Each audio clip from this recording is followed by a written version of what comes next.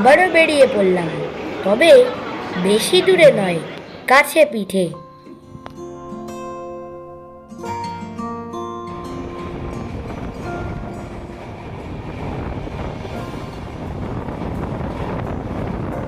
কলকাতা থেকে সরাসরি যাত্রায় হাওড়া পুরুলিয়া সুপারফাস্ট এক্সপ্রেসে খড়গপুর, বিষ্ণুপুর, বাঁকুড়া হয়ে পৌঁছে গেলাম ছোটনাগপুর মালভূমির পূর্বে রাঢ় বাংলার পুরুলিয়ায়,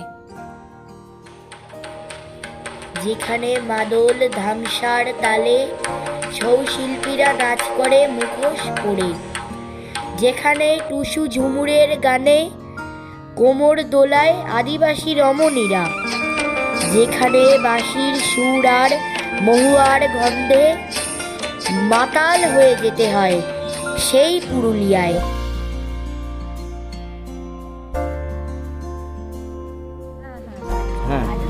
আমরা মাই নেম সুকান্ত।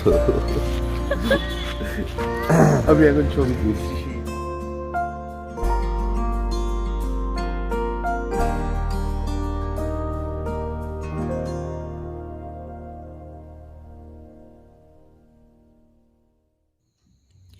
অযোধ্যা অতিথি নিবাসে এসে উঠেছি গতকাল রাত্রে। আজ সকালে আমরা ব্রেকফাস্ট সেরে বেরিয়ে পড়লাম। পায়ে পায়ে অযোধ্যা হিলটপকে প্রদক্ষিণ করব আমরা। আদিবাসী সম্প্রদায়ের পবিত্র জায়ের স্থান পেরিয়ে আমরা প্রবেশ করলাম গ্রামের ভেতর।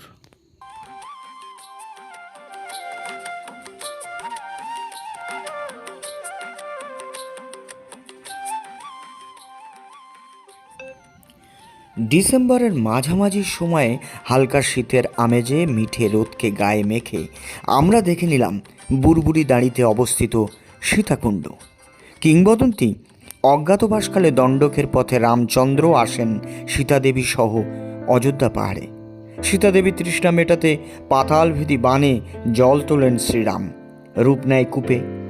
আজও বুদ্ধ পূর্ণিমার দিসুম সেন্দ্রা অর্থাৎ শিকার উৎসবে দূর দূরান্ত থেকে আসা আদিবাসী যুব সম্প্রদায় তুন্দ্রা ও বামনি জলপ্রপাতে স্নান সেরে সীতাকুণ্ডের জল পান করে পবিত্র হয়ে মেতে ওঠে শিকারে।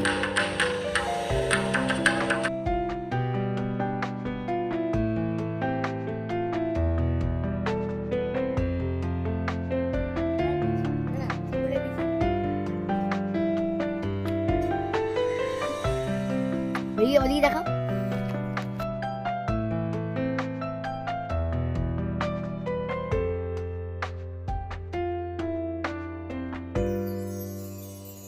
দুপুরের ভোজন সেরে আবারও বেরিয়ে পড়লাম। পায়ে পায়ে উঠে গেলাম ময়ূর পাহাড়ের টঙে। সেখান থেকেই দেখলাম অযোধ্যার প্রকৃতি।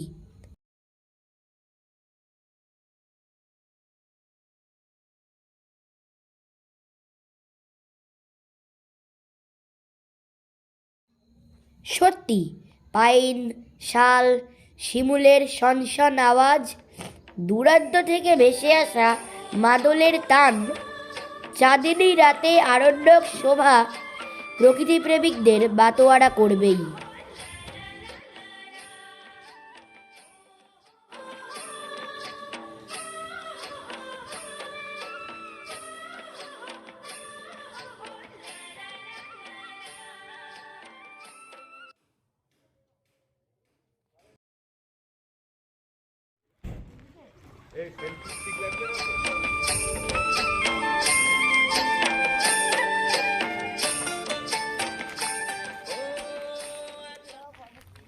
পরদিন 13ই ডিসেম্বর একটা গাড়ি নিয়ে বেরিয়ে পড়ি। প্রথমেই দেখে নেই বারবেল লেক। আস্তে আস্তে আস্তে।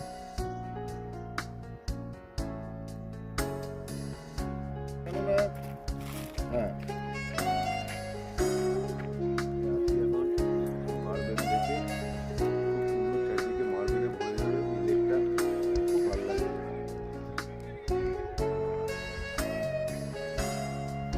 আবার ওইদিকে নয়, ওইদিকে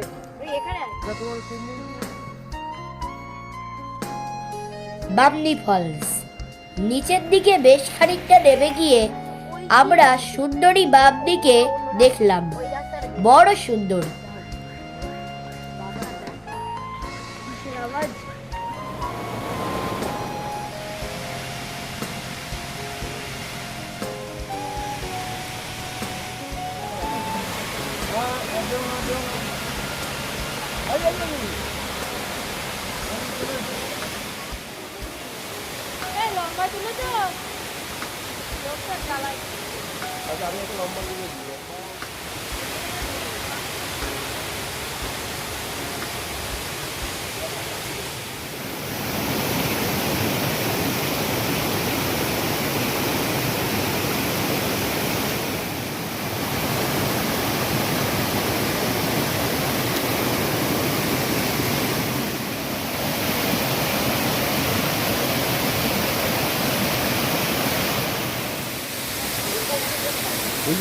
এই গাছটা এখানটা কি দেখা বলছে ঘুরি ঘুরিতে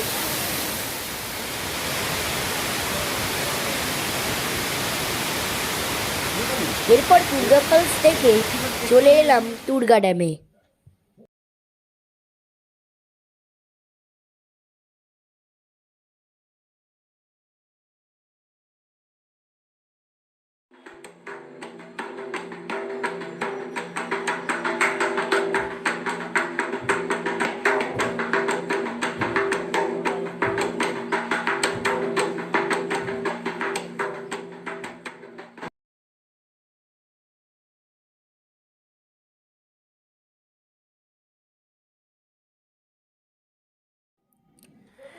এগারো কিমি দূরে কয়রা নদীতে অর্ধচন্দ্রাকৃতি খয়রা বেড়া বাঁধটিও বাঘমুন্ডির আর এক দ্রষ্টব্য।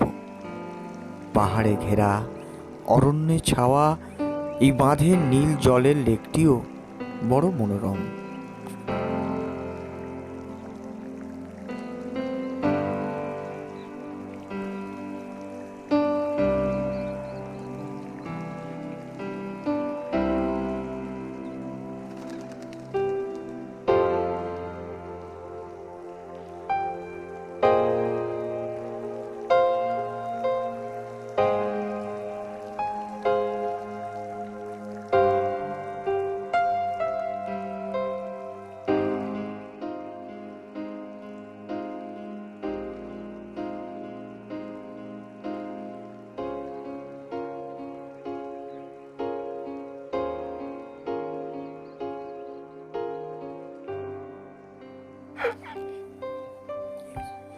বাঘমুন্ডির আর এক আকর্ষণ ছৌনাচের মুখোশ শিল্পের পীঠস্থান চড়িদা বা চোরদা গ্রাম।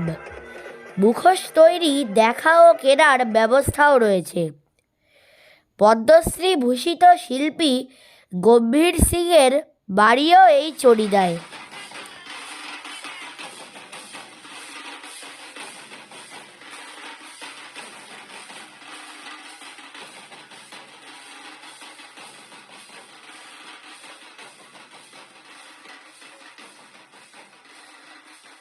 আমিও একটি ছৌয়ের মুখোশ কিনে গাড়িতে উঠলাম।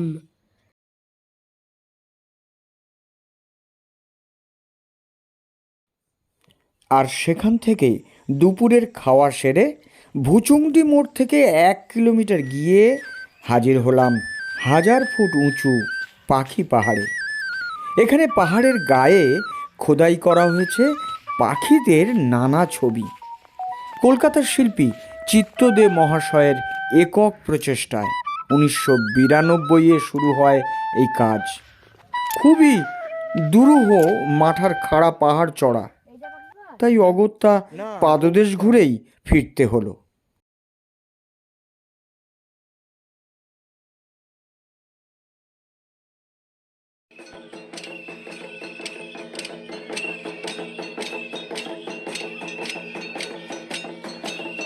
লোয়ার ড্যামকে দূর থেকে দেখে চলে এলাম আপার ড্যামে। নীল আকাশ, সবুজ বনানী, বিস্তীর্ণ জলাশয় মিলেমিশে মনোরম পরিবেশ। নিরালা, নির্জন, অসাধারণ। নির্বাক হয়ে ঘন্টার পর ঘন্টা কাটিয়ে দেওয়া যায় এই স্থানে।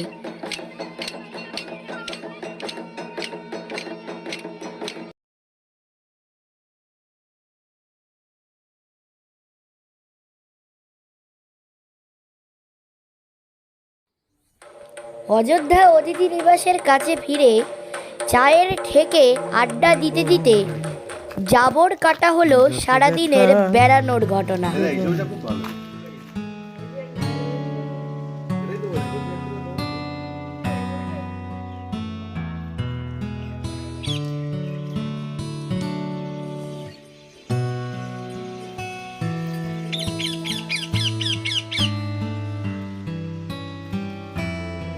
পরদিন সকালে উঠে অতিথি নিবাসের ঠিক উল্টো দিকের জঙ্গলের মধ্যে প্রবেশ। আসলে প্রতিদিনই রঙিন কখনো বাবার সঙ্গে বা কখনো সুকান্ত কাকাইয়ের সঙ্গে জঙ্গলের মধ্যে চলে যেত। পাখিদের কলকাকলিতে মুখর জঙ্গলের আকর্ষণ তাকে টেনে নিয়ে যেত বহু দূর।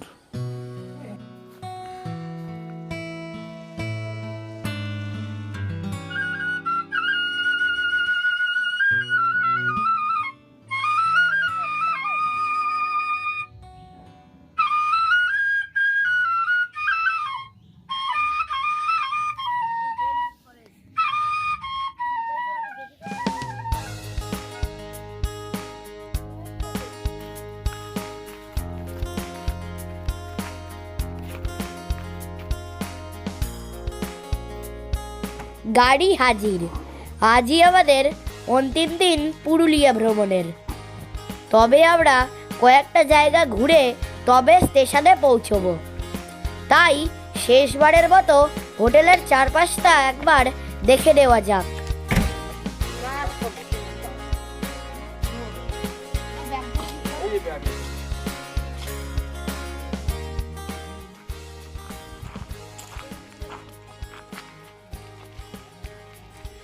আমরা হাজির হয়েছি মুরগুমা ড্যামে। প্রথমে পাহাড়ের টং থেকে পুরো লেকটাকে দেখা এবং পরে একেবারে লেকের কাছে নেমে এসে তার ধার ধরে ঘোরা সত্যি অনবদ্য। পশ্চিমবাংলার দ্বিতীয় পাহাড়ি শহরের রূপরেখা এঁকেছিলেন অযোধ্যা পাহাড়কে দেখে ডক্টর বিধানচন্দ্র রায়। বিহার সীমান্তে দলমা পাহাড়ের অংশ 1002 ফুট উঁচু এই অযোধ্যা পাহাড়, আর তার আশপাশে ঘিরে আছে আরও অসংখ্য টিলা এবং জলাশয়, যা সত্যি মনোমুগ্ধকর এবং এক কথায় অপূর্ব।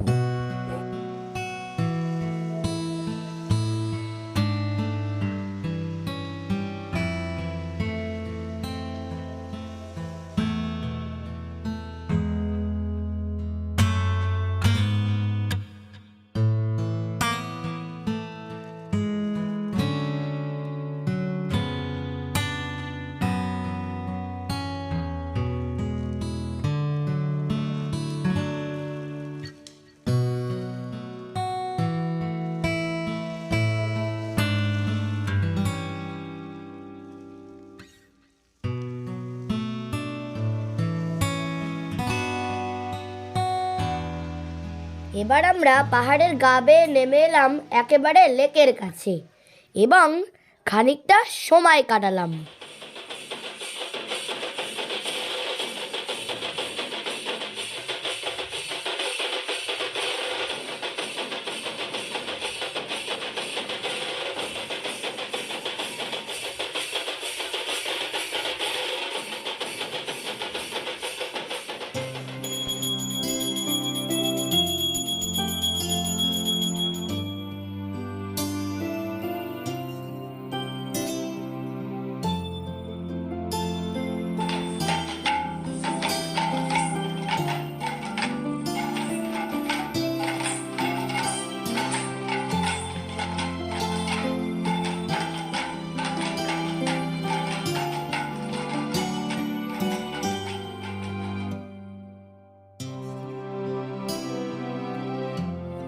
ফিরলাম পুরনো এক মন্দির প্রাঙ্গণে। কি সুন্দর কাজ করা মন্দির।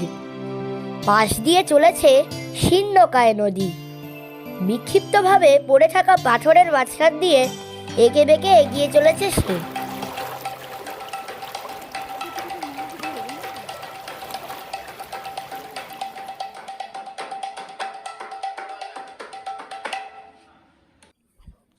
আর আমিও এগিয়ে চলেছি এক পাথর থেকে অন্য পাথরে।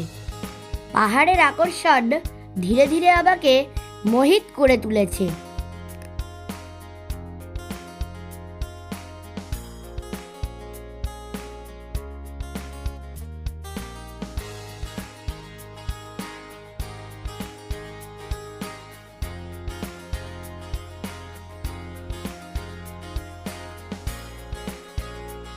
রঙিন মনসা থেকে এই যে আবার বাড়ি যাবো, ইয়ে হবে, কি গাড়িতে যাবো না। চলো গাড়ি। অবশেষে পুরুলিয়া স্টেশনে রূপসী বাংলা এক্সপ্রেসে আমাদের আসন সংরক্ষিত। ছাড়বে 3:30।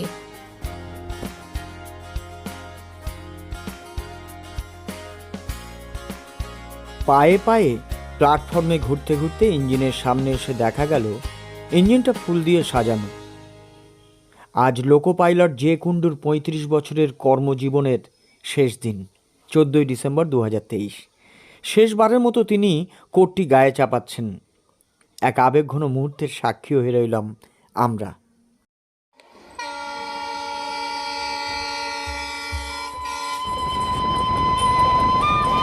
শুরু হলো আমাদের ঘরে ফেরার গান।